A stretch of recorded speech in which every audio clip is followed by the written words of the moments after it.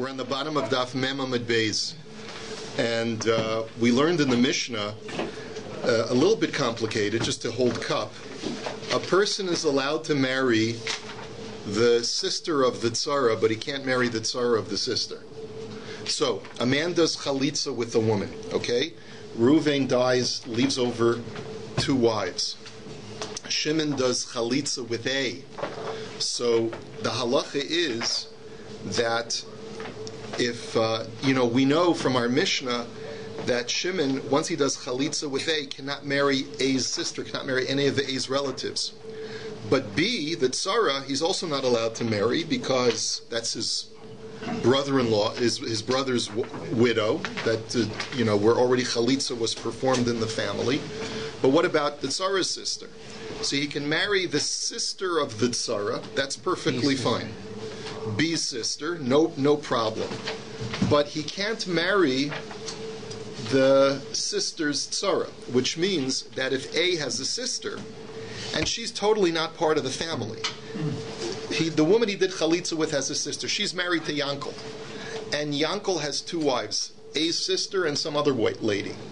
So the halacha is that when Yankel dies and he leaves over these 2 widows, Shimon, who did chalitza with the sister, right, is not allowed to even marry the tzara, cannot even marry the co-wife of that Yankel left over.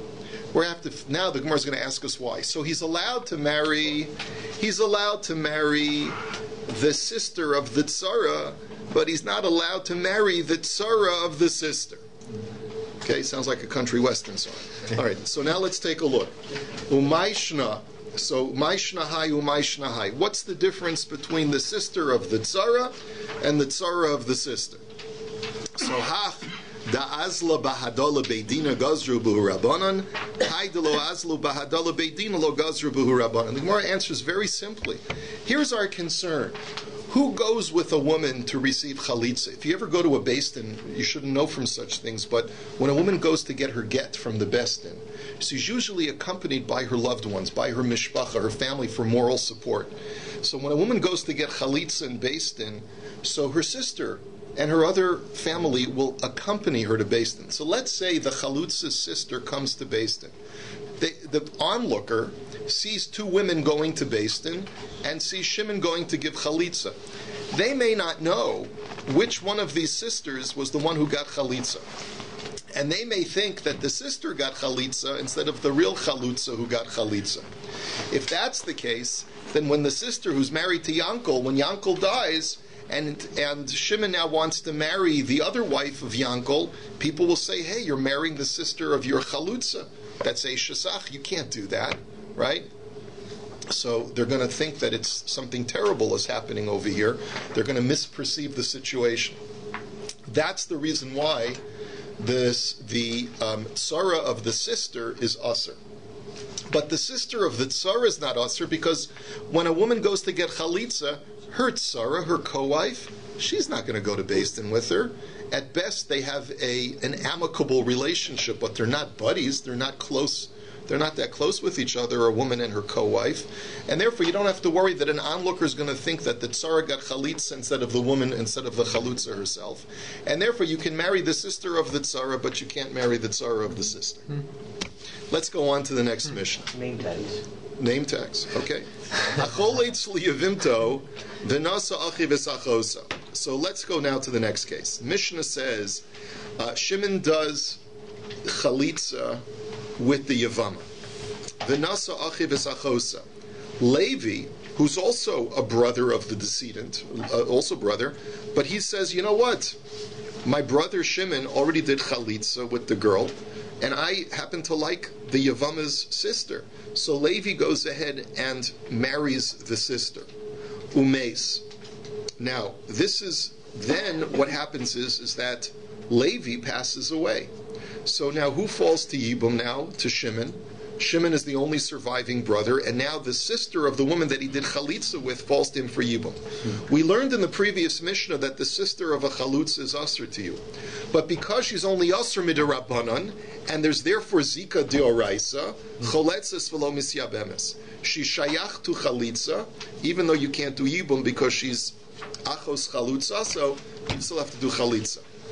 V'chein hamagarish es ishto v'nasa achiv es achoso meis harezu petura. In a similar vein, forget about yibum for a second, but any time a man divorces his wife, let's say Ruvain is married to Leah, and Ruvain divorces Leah. Shimon, however, is in love with Rachel, Leah's sister, and Shimon marries her. So, umeis, if Shimon dies, and now it's Ruvain's turn to think about doing yibum, harezu petura. Well, this woman is the sister of his ex-wife. The sister of your ex-wife is Aser, is an Isser Erva. That's Achos Ishto. Even Achos Gurushaso is still going to be Aser. The only time we said that Achos Ishto is Muteris is if your wife dies. But if you divorce your wife and she's still alive, then her sister is permanently Aser to you as an Erva. So therefore, not only is she not Shayach for Yibum, she's not even Shayach for Chalitza. So this is, even though it's similar, it's not exactly the same case. Next, Shomeres Yavam Shekidesh Achiv Achosa. Next case. Okay, Reuven dies. He leaves over a wife. She's the Yevama, she falls to Yibum. Shimon goes ahead, and instead of doing Yibum with her, he waits for a couple of days, and in that interim waiting period, Levi goes ahead and presents Kiddushin to the Yevama's sister. So Levi is also a brother, but Levi's the younger brother. Levi says, you know what? My older brother Shimon's going to do Yibum with the sister. I like with the Yevama. I like the Yevama's sister. So he presents Kiddushin to the Yevama's sister. Mishum Rabbi Yehuda ben Beseira Omru, Omrim lo hamtein ad shiyase achicha maisa. So there's a problem here. Levi cannot consummate that marriage, and we've seen this before, because she's achos what? Achos zikukaso. Exactly. Mm-hmm. She's the sister of the woman with whom he has zika. And therefore, midirabanan, it's usher for him to consummate that marriage. It's a pseudo, because he's already pseudo-married to the Yevama. Mm-hmm. So the Gemara therefore says, according to Rabbi Yehuda ben Beseira, yesh zika, even when there are multiple brothers, like we've learned before. However, cholatz la'achiv okansa yichnos es ishto. However, if Shimon then goes ahead, we tell Levi, hold on Levi, don't consummate the marriage with the sister, wait and see what Shimon does.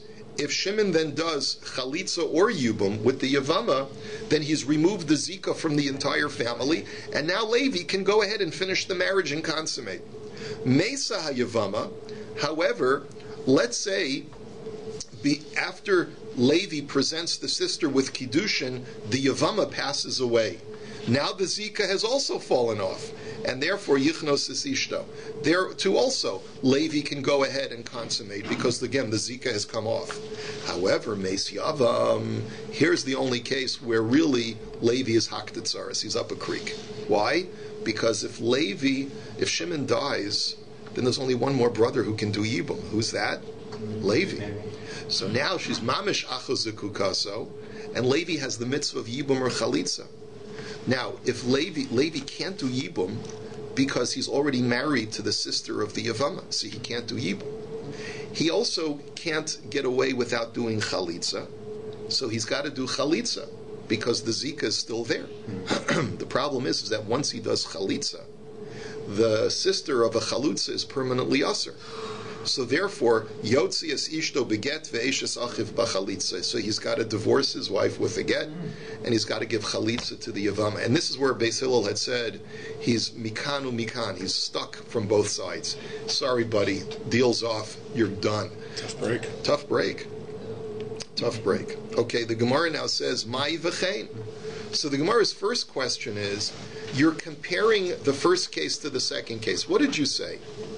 Remember, what was the first case? Where Shimon did chalitza, and Levi gets married, and then Levi to the sister, and then Levi dies, and the sister, achos chalutzaso, falls to Yibum. So the Mishnah had said, when an achos chalutzaso falls to Yibum, you do chalitza, but you don't do Yibum. And similarly, when achos gerusha, when the sister of your grusha falls to yibum, there's no yibum and there's no chalitza. So what do you mean similarly? They're not similar. In a case of achos chalutza, who falls to yibum, you got to give her chalitza. In a case where achos gerusha falls to yibum, there's no chalitza. So how can you say v'chein, which means so too? It's not so too. It's by contrast. So the Gemara says you're right. Ema aval hamigaresh. You're right. The way you have to read the Mishnah is contrasting and is saying, whereas by achos chalutza, there's chalitza, even though there's no yibum, but by achos gerushaso, there's no zika whatsoever because she's an erva, and therefore she doesn't even fall for chalitza. Amar Reish Lakish Kanshan a Rebbe achos gerusha midivrei Torah achos chalutza midivrei sorvim, and it is precisely on this distinction between the two that Rebbe had commented that the isser of achos chalutza is midorabanan, and therefore you got to give her chalitza, whereas achos gerusha is an erva midiorais, and therefore she doesn't even fall for chalitza. Shomeres yavam shekidesh v'chuli. Then we had the Mishnah had told us a whole bunch of permutations where a Yevama falls to Yibum, and before Shimon has a chance to do Yibum or Chalitza, Levi jumps the gun and presents Kiddushin to her sister, to the Yevama's sister. So we talked about what would happen if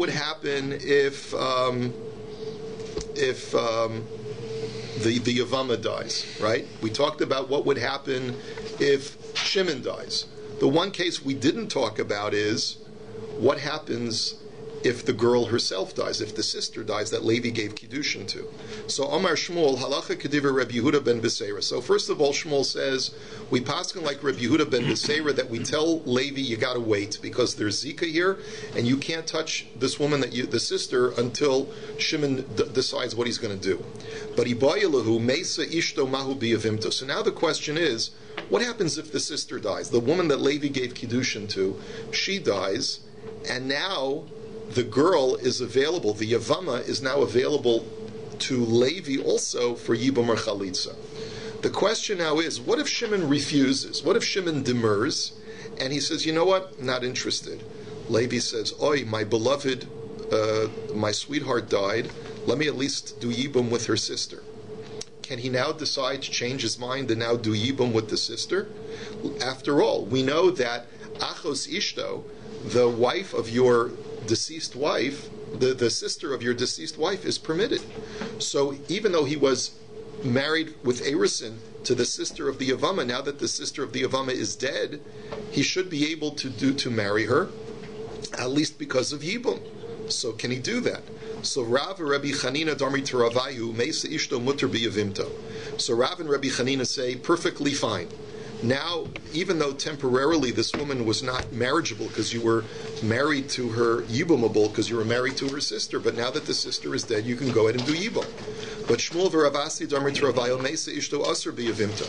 But Shmuel and Ravasi hold that no, that since she was temporarily precluded, once she's temporarily precluded and you can't marry her, you can't do Yibum, she's permanently precluded as an Eishesach.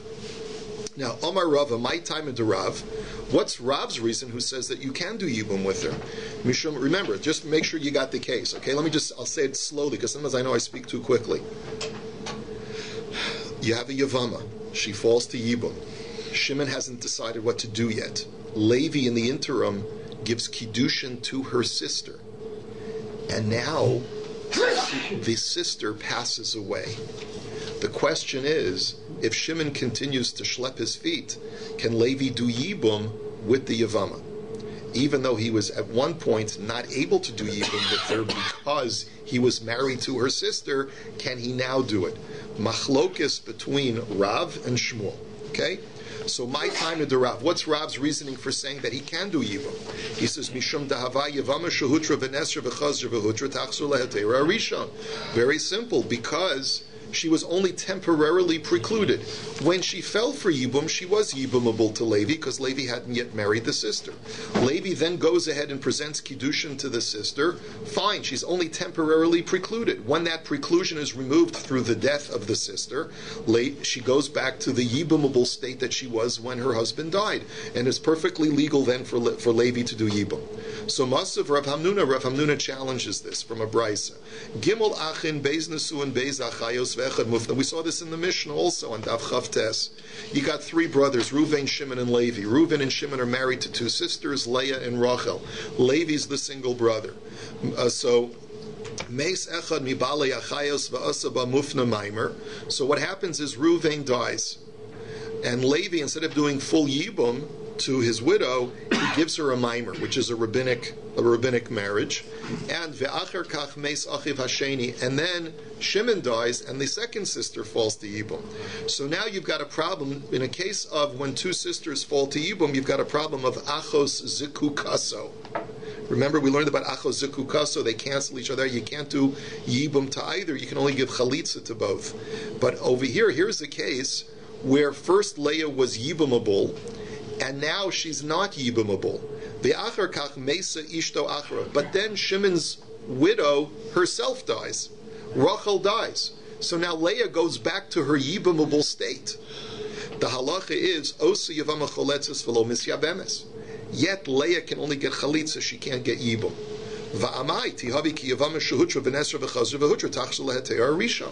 So according to you, Rava, that you're explaining that a temporary preclusion does not permanently preclude her from yibum, why don't you say over here that Leah can get yibum?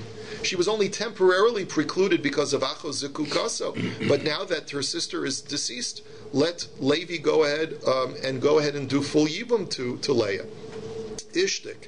Rava didn't have an answer to this kasha. So that Rav Hamnuna challenged him with.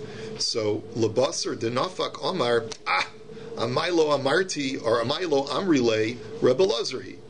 Rava did one of these. I could have had a V8 right.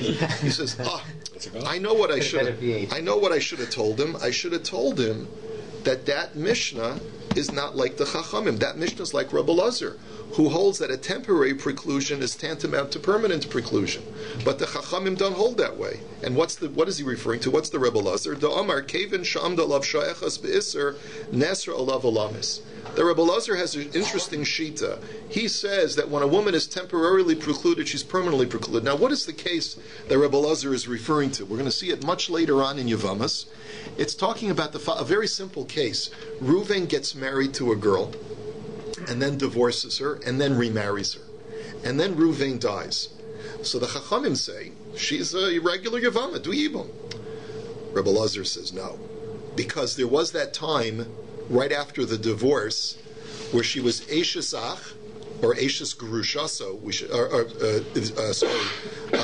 Gerushas Achiv, she was the divorcee of his brother. Divorcee of your brother is an erva. She's not yibumable at that point, right? In theory, even if at that moment his brother Reuven would die, she's not yibumable, but she's still an erva. So therefore, Rebbe Lazar says she's permanently stigmatized with being an erva, and you can never do yibum. Even though when Shimon dies, she's his wife again. Okay, so maybe that's the same thing over here. A temporary preclusion is tantamount to a permanent preclusion, but only according to Rebbe Lazar. According to the Chachamim, it's not a problem, and therefore I'm defended.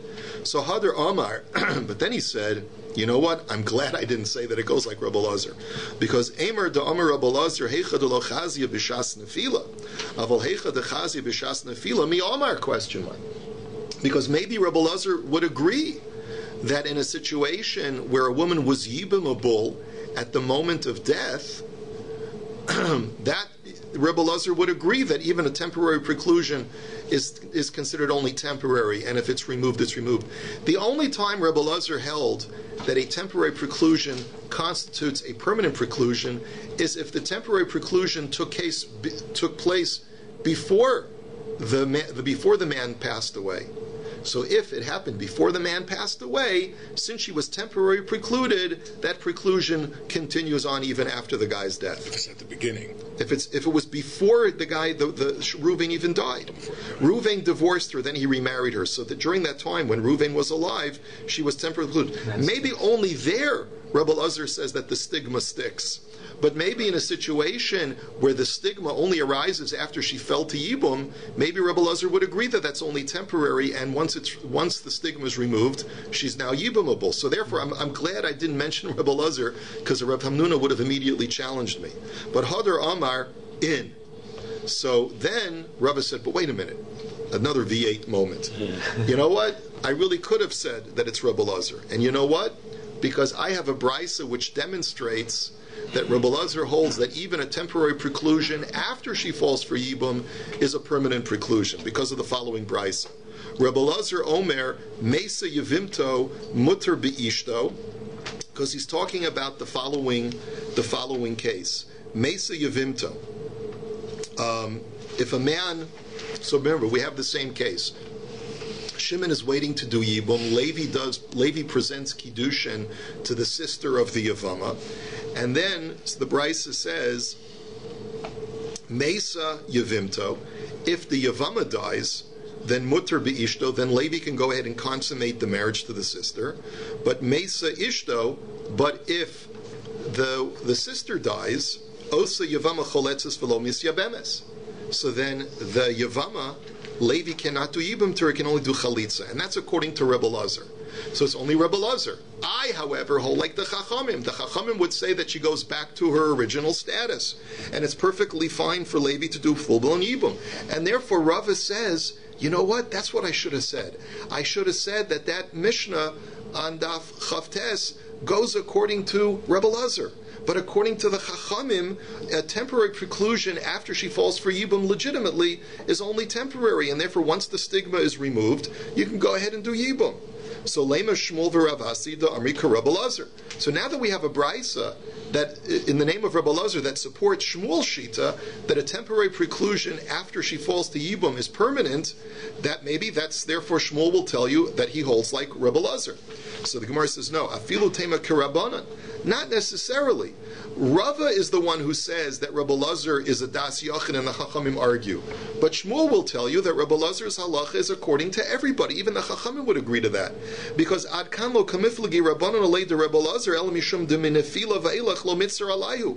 Aval hacha de itzar afilu rabbanon modu. Because maybe the rabbanon will tell you, look, it's clear that we argue with Rebbe Lazar, because that's documented, that the Chachamim and Rebbe Lazar disagree in a case of where Ruvain divorces his wife and remarries her. There Rebbe Lazar says that Shimon can never do Yibum even though they're married at the time of death. However, the Chachamim say, what are you talking about? If at the time of death she was his wife, so of course Shimon can do Yibum. That's only where the Chachamim argue with him. But maybe the Chachamim would agree that in a situation where after she falls to Yibum, the Yevama becomes precluded temporarily from Yibum, maybe even the Chachamim would agree that she's permanently precluded. They would agree with Rebbe Lazar. And therefore the Gemara says that Shmuel will tell you that Rebbe Lazar's statement in this brisa could go according to everybody. Even the Chachamim would agree to that. So at the end of the day, you have a machlokes between Rav and Shmuel. According to Rav, a temporary preclusion from Yibum does not constitute a permanent stigma, and according to Shmuel, it does. That's the bottom line. Let's go on to the next mission. Hayavama lo tachalotz v'lo tisyabeim ad sheyesh lo shlosha chadashim. All right, you can let your hair down now. Okay? Relax. You can take a little breather. Okay, this is not as bad. Okay, a Yevama has to wait. There's a 3-month waiting period, just like when you buy a handgun in the United States. For you Canadians, you have no idea what I'm talking about. But there's something called a waiting period when you buy a handgun. They have to do an FBI background check and all of these other things. It's ridiculous because it doesn't mean anything, unfortunately. But that's just, but anyway, so there's the same thing. There's the same thing. There's a waiting period before a Yevama can do Yibum. She has to wait 3 months. Now, why do you have to wait 3 months? See if she's pregnant, right? See if she's an actual Yevama or not. Because if she's pregnant and she has a child, then there's no Yibum. So v'chein kol sha'ar hanashim lo yisarsa v'lo yinasu achulen shlosha chadashim. And furthermore, this is not just the din by Yibum. It's any time a marriage terminates and the woman seeks to remarry, there's a 3-month waiting period to see if she's pregnant. And also, it's what's called Yemei Havchana. You need to know who the father is going to be of her unborn child. Because if she were to get married right away and then she was going to have a baby a few months later, you wouldn't necessarily know who the father is. So therefore, you need to have that 3-month waiting period so that you can ascertain who the fathers of her child is going to be. So therefore, it makes no difference whether this woman is widowed or divorced, and that's why it says over here, Echad besulos, ve'echad beulos, echad grushos, ve'echad almanos, echad nesuos, ve'echad arusos. It makes no difference. The Chachamim made no distinction in this takana, in this rule, as to whether the woman's first marriage from which she gets divorced or widowed makes no difference whether it's divorce or widow. It makes no difference whether she was a virgin or not at the time of the divorce, meaning that you could argue, well, if she was a besula, if she never consummated the first marriage, then of course she's not going to be pregnant, but the Chachamim made an across-the-board takana. Okay? And it also makes no difference whether her first marriage was only an erisin or whether it was a full-blown nisuin. Rabbi Yehuda, however, says, Hanasuos yisarsu v'harusos yinasu. I disagree. I'm more lenient, and I say, listen, if a woman had full-blown nisuin to her first husband, there's nothing wrong within the first 3 months of her accepting erisin from a guy. They just can't consummate the marriage, but let them get started. And furthermore, if a woman only had erisin from her first husband, she can get married the very next day, because you know for sure that she's not pregnant because they never consummated, except chutz min ha'aruso sheba Yehuda mipnei shalibo gaspa. Except in Judea, where the custom was, in Judea there was a minhag that when a young man and a young woman would get betrothed to each other, they would put them in a room and say, get to know each other a little bit. And the reason for that, it was actually a very sensitive issue. We don't want there to be an awkward moment. Was that called the bisho, when they sit down at the table and meet each other in the Hasidic mishpacha, when they meet each other for the first time, right? They get to know each other, talk a little bit, make jokes, to find out what you're all about, and this way, by the time you're ready to do the nisuin a year later to consummate the marriage, it's not going to be awkward the night of the wedding because you're not going to know each other. It's like I know it's one of my cousins, when she got married from a Satmar Mishpacha, she goes onto the chuppah, she didn't recognize the guy because he grew a beard since the last time that she had seen him. Right? In other words, so you don't want it to be difficult, you don't want it to be strange the night of the wedding. So therefore, in Judea, what they used to do is they used to put them aside in his private room for a few minutes, schmooze for a few minutes, get to know each other, have a piece of kugel together, right? It was, well, no. This is before the nisuin. This minhag was to do yichud before, so that they could get acquainted.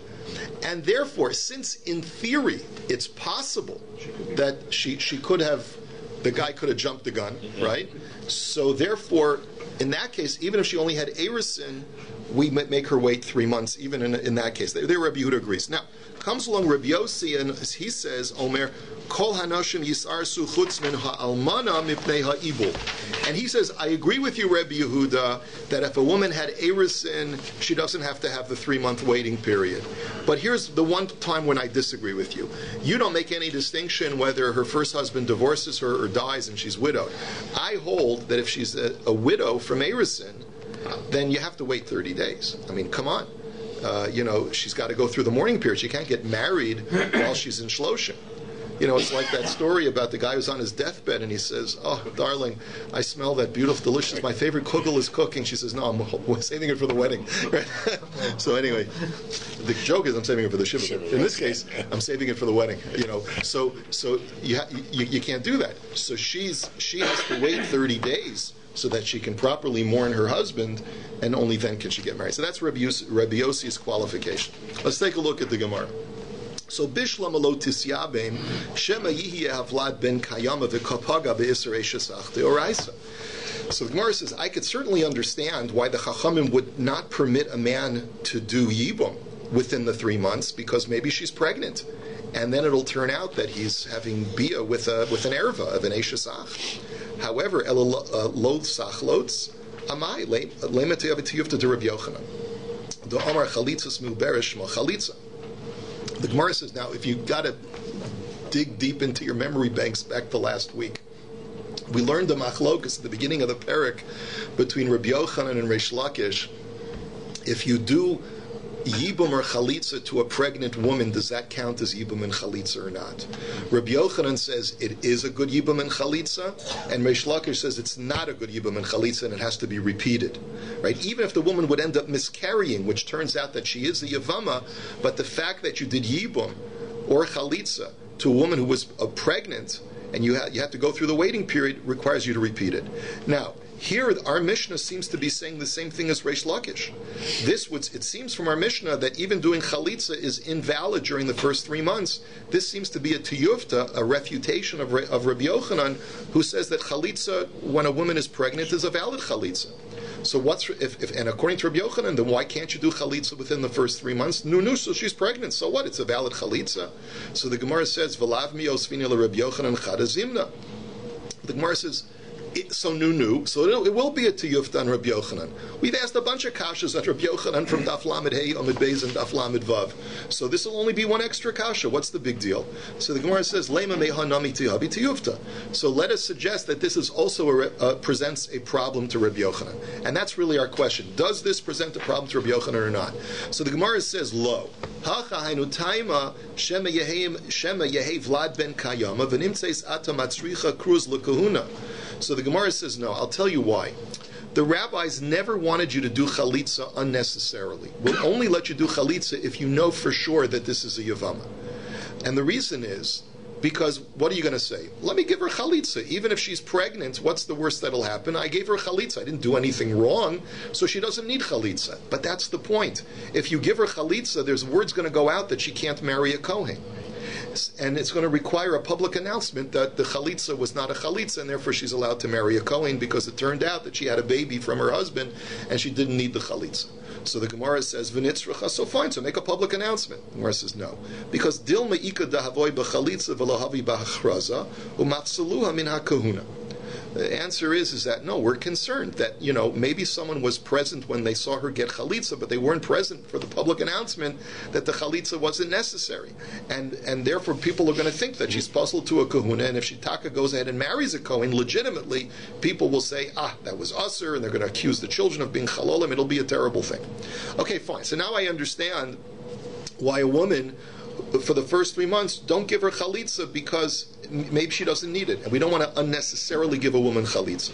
The Gemara says, but wait a minute, Tenach almana, grusha ma'ika l'meimar. But that's only well and good if the woman would have been without the chalitza fit for the kahuna. Let's say Ruvain marries a girl who had been previously married and divorced, and then Ruvain marries her, and then Ruvain dies. Now, in this situation, if Shimon gives her chalitza, he's not making her any more puzzle to the kahuna than she already is. So why don't you allow, in that case, for Shimon to give chalitza during the first 3 months? What's the worst that'll happen? It's an unnecessary chalitza, so she's puzzled to the kahuna. She already was puzzled for the kahuna, so what's the big deal? So mishum demafsu la mezayna. So the Gemara says, the real reason is because, as we're going to see momentarily, when a woman dies and she falls for yibum, for the first 3 months, her deceased husband's estate must sustain her. But that's only until she gets chalitza. Once she gets chalitza, she no longer is sustained from the husband's estate. Now, if she gets chalitza after a month instead of waiting 3 months, then that terminates her sustenance from her deceased husband's estate. Here's the problem. What's she going to do for parnasa? She can't get remarried because this guy's still a 3-month waiting period. She's got to wait it out another 2 months because to see if she's pregnant or not, right? So where's her parnasa going to come from? So the Chachamim were concerned about this. They didn't want her to be sent out into the street penniless. So they said, wait 3 months before you give her chalitza, so that at least she'll be provided for 3 months from her deceased husband's estate. If at that time you want to give her chalitza, well, that's fine, because after 3 months she can find a husband. But up until the 3-month mark, she can't find a husband. So the Gemara says, Teinach nesua, but arusa grusha ma'ika l'meimar. But that's only going to work out well if, at the time of death, she was a nesua. She was a full-blown wife of Reuven. But what if Reuven only presented her with erison? We know that an arusa falls for yibum. But an arusa doesn't get sustenance from her deceased husband's estate. And arusa is not entitled to that until there's actually nesuin. So why not say that in a case where a woman is already usher to the kahuna because she had a previous marriage, Reuven then gave her erison, and then Reuven dies. What's wrong with Shimon doing chalitza within the first 3 months? She's not being sustained by the estate anyway, so what is she losing? So the Gemara says, Ela mishum de Rabbi Yossi. So you're right, says the Gemara, that's not the full reason. The real reason is because of what Rabbi Yossi says. The Tanya Maisa ba'adam echad sheba lifnei Rabbi Yossi. A man once came before Rabbi Yossi, Amar lei mahu lachlotz besoch gimel. And he asked Rabbi Yossi, is it okay for me to give the woman chalitza within the first 3 months? And Amar lei lo tachlotz. And he said to him, no, sorry, you're not allowed to. V'tachlotz umabekach. So the guy said, what's wrong with giving her chalitza within the first 3 months? What am I doing wrong? So Kara alav mikrazeh imlo yachpotz. So Rabbi Yossi quoted him the following pasuk. It says that if the man does not want to do yibum, then chalitza is an option. Ha im chafetz yabein, which means that the only time that we allow you to do chalitza is if you also have an equally viable option of doing yibum. So kol ha'ola liyibum ola lechalitza, v'chol she'en ola liyibum ein ola lechalitza. And therefore the rule is like this: if for whatever reason you cannot do yibum, we don't let you do chalitza. Even if the reason for not allowing you to yibum is a rabbinic in nature, because the rabbis bar you, so we're also going to bar you from doing chalitza. And if you can do yibum, only then do we allow you to do chalitza. So since the first 3 months you can't do yibum, we don't let you do chalitza either. Now it turns out that this is not a problem for Rabbi Yochanan, because Rabbi Yochanan will tell you that this is only lechatchila. B'di'eved, however, if you do chalitza, then Rabbi Yossi, according to Rabbi Yochanan, Rabbi Yossi would agree that it's a valid chalitza b'di'eved, but this is all a lechatchila. If you're not able to do yibum because the rabbis bar you from doing yibum, then you also are going to be barred from doing chalitza.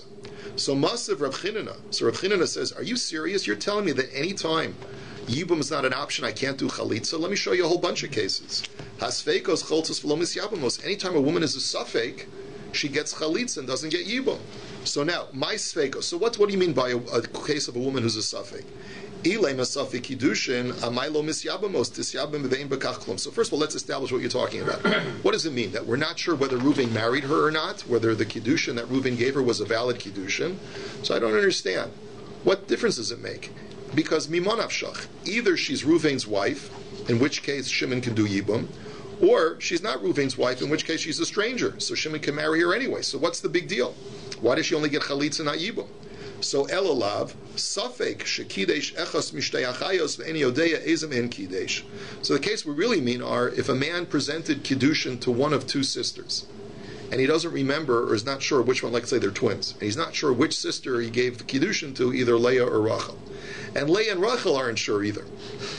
So in that situation, we say that since you have a safek, you can only do chalitza. You have to give chalitza to both of them. You can't do yibum, because if you do yibum to one of them and it's not really the one that is the yevama, then it's achos zikukaso. It's the sister of the woman that you have zika with. How can you marry her? So uketani choletzes. And yet you see that there are times when a woman gets chalitza when you can't do yibum to her. So how can you tell me, Rabbi Yossi, that the only time that you can do chalitza is when you can do yibum? Here you can't do yibum to either, and yet we let you do chalitza. So the Gemara answers, Hachi hashda hasam im yavo Eliyahu v'yomer daha kidesh bas chalitza v'yibum hi. Hacha im yavo Eliyahu v'yomer daha lo abra mimashkach be'v'yabinala. The difference is very basic.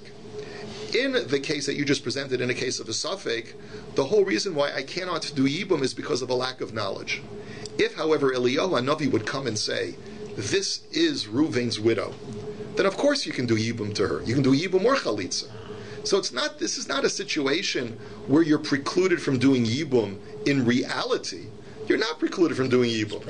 It's your lack of knowledge that precludes you from doing yibum, not the halachic reality. But over here, it's the halachic reality. Even if you know for sure that this woman is not pregnant, you're not allowed to, by rabbinic injunction, you're not allowed to do yibum. You have to have a 3-month waiting period. And that's why you can't do chalitza either. And I'll prove it to you, because haketana delav bas yaburehi va'afilu hachi tzrich lahamtin gimel chadashim. Because even if Reuven's widow is a ketana, who's not yet even capable of bearing children yet, you still have to wait 3 months for her. I was going to ask about menopause. It's the same thing. Yeah. Right? Even if you know a woman is menopausal and she's for sure not pregnant because she's 60 years old and never had children, well, look, Sarah had children at 90, so at Charlotte 90. But in any event, even if you're certain, she takes a pregnancy test and you know for sure that she's not pregnant, you still have to have the 3-month waiting period, and that's the reason why she's not shayach for chalitza. Now, Tana Rabbanan, Yevamos shlosha chadashim harishonim nizonis mishal baal mikan va'elach eno nizonis lo mishal baal v'lo mishal yavam. So the Gemara quotes a brayz, tells a very important halacha. For the first 3 months after her husband's death, the Yevama is sustained from her husband's estate. Now, this is different from an almana. A regular almana who doesn't fall for yibum, the halacha is she can, as long as she's willing to not remarry, she can live indefinitely off her deceased husband's estate, as long as there's assets in the estate. What's the difference? Because by a regular almana, we assume that it's the husband's kavod, it's the husband's honor to be able to sustain his widow. But over here, where we want the woman to move on with her life with the yavam so that he can build the house, or she can move on with her life, in that situation, we say no. 3-month waiting period where she can't go ahead and commence with yibum, the husband's estate sustains her. From that point onwards, the yavam has to decide what to do. Either he's got to fish or cut bait, he's got to either do yibum or do chalitza, and at that point she's got to go find her parnasa elsewhere. She's no longer sustained by the husband's estate. Now, and before the yavam does yibum, he's not obligated to sustain her because it's not his wife. Now, Amad bedinu borach nizonas mishal yavam.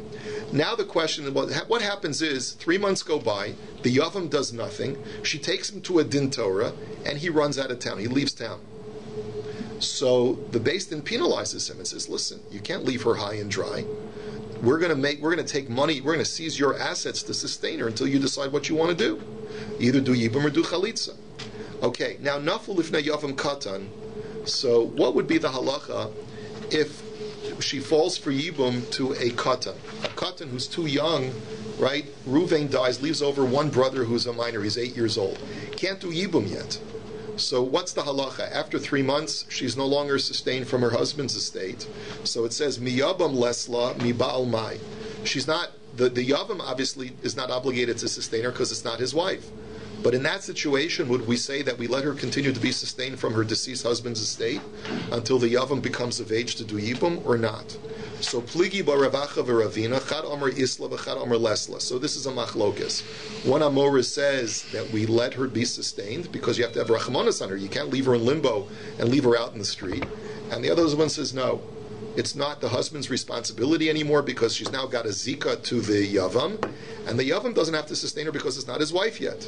And vehilchas alesla mishamaya kansua, and that's the psak, which it sounds a little harsh, but basically what the Gemara is saying, these are circumstances that were orchestrated by the Ribbono Shel Olam. Hashem decided that this is going to be her lot. She's going to be in limbo for a number of years until the child becomes of age. And if Hashem decided that He doesn't want her to get money from the family, she's not going to get money from the family. No, there are certain cases where a woman is at a disadvantage because this is a sign that HaKadosh Baruch Hu doesn't want her to get money from the family. We'll just finish off. What? The ksuba, he promised us some money in the ksuba. Can she get this money? I don't think she's entitled to the ksuva yet, because basically the yavam is going to take over all financial responsibility. If he gives her chalitza, at that time I believe he gives her the ksuva. But if he does yibum, so then he sustains her from there. But right now, there she's in limbo. Tana Rabban. Let's finish off. Yevamos shecholtzu la'achim b'soch shlosha tzricha lahamtin shlosha chadashim la'achar gimel ein tzricha lahamtin gimel chadashim. Now the final psak of the Gemara is like this. The Brisa says that if a yevama does get chalitza from one of the brothers within 3 months of her husband's death, don't think that you have to wait 3 months from the time of the giving of the chalitza. You have to wait another 3 months. The clock starts at the time of death. So even if one of the brothers jumps the gun and gives chalitza within the 3 months, you don't have to wait 3 months from the chalitza. You only have to wait 3 months from the time of the death. Now, heavy hagimul chadashim shama mishas misas habal v'lo mishas chalitzas hayavam. So you see very clearly from this statement that the 3-month clock starts from the time of death, not from the time of chalitza. So the Gemara then asks the question: Ma'ishna mi get? Why is it any different from a get, where this is the subject of a machlokas? The Rav Omer Mishas Nesina, Ushmul Omer Mishas Kasiva. Rav says that from the time that you give her the get is when you start the 3-month timer, even though the couple separated well before. Let's say the guy wrote the get a month ago and then sent it to another place where the woman is residing in another country. It takes a month to get there. So Shmuel says, from the date that he wrote the get, obviously they're not going to be living together from that point onwards, and if they do, they invalidate the get. So obviously, in order for this get to be legitimate, they were separate from the time that the get was written. So therefore, the 3 months should start from the time when we know that they're not together. But Rav says no, it starts from the time that you give her the get. And if therefore it took an extra 30 days for her to receive the get, the 3-month timer begins then. So why over there by get does Rav say that it starts with the giving of the get? And here, the 3 months, everyone agrees that it's not from the chalitza, but it's rather from the time of death. So Amar Rava kal v'chomer, I'll tell you why. It's a kal v'chomer. Isser kares hitar to isser lav lo kol shekeh. And the answer is very simple. Because what are we saying? We're saying that 3 months after Ruvain dies, the Isser of Eishes Ach is removed from Shimon, and he can actually take a woman who would normally have an Isser Kares and go ahead and marry her.